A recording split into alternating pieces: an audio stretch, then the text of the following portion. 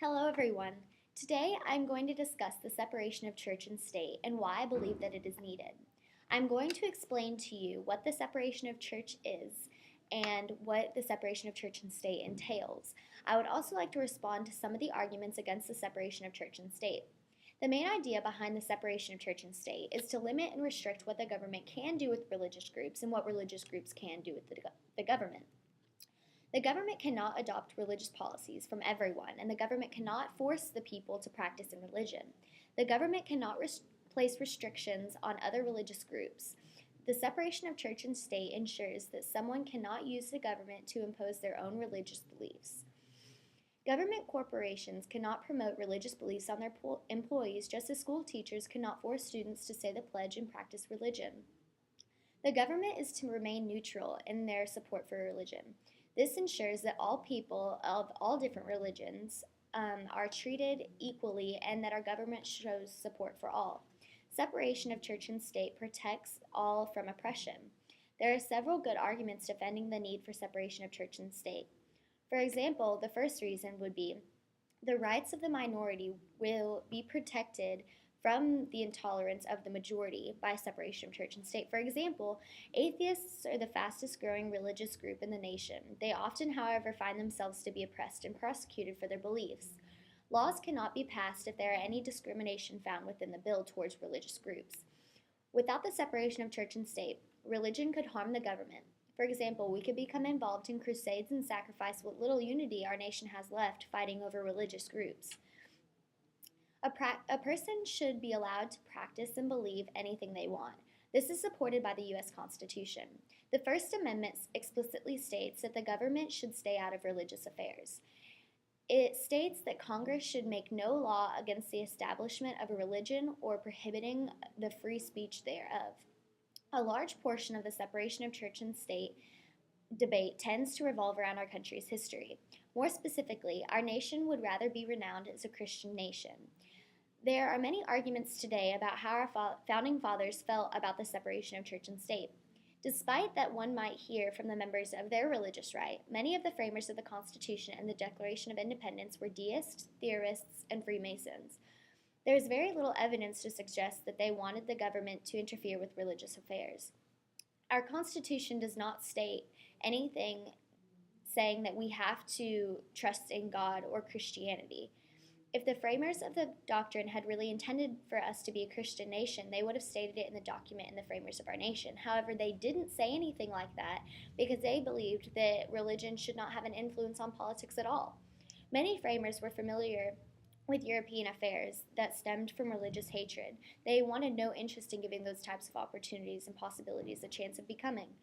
Several of our most notable founders supported the separation of church and state. Thomas Jefferson was the champion of religious freedom.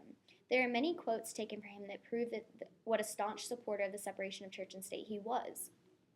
He once called the union of church and states a loathsome combination. There are also many quotes that reveal his beliefs in theism. He is most well known, and his quote most people know his quote from a letter he wrote to the Danbury Baptists in 1802, where he used the phrase building a wall of separation of church and state. The Declaration of Independence contains the statement, rights derived not from the God of Holy Scripture, but natures of God and natural law. Jefferson also wrote the Statute for Religious Freedom. James Madison is known as the father of the Constitution. Like Jefferson, he also made numerous quotes advocating the separation of church and state.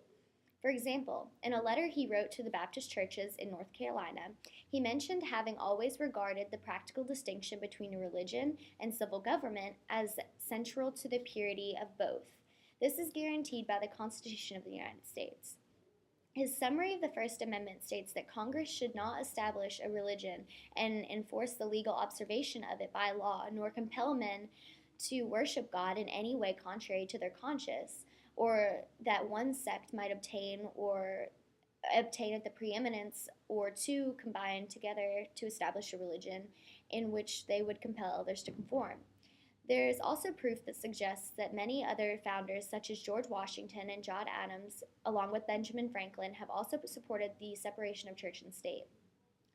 The Treaty of Chipotle states that as the government of the United States of America is not in any sense was founded to be a Christian religion, and this was signed by John Adams. This document portrayed the feelings of the founding fathers at the time.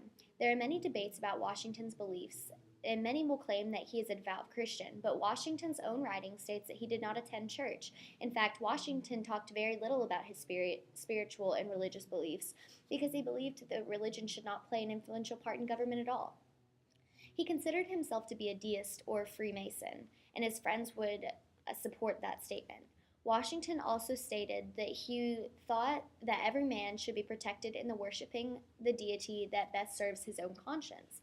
Benjamin Franklin was an important father who wrote about his own beliefs in deism.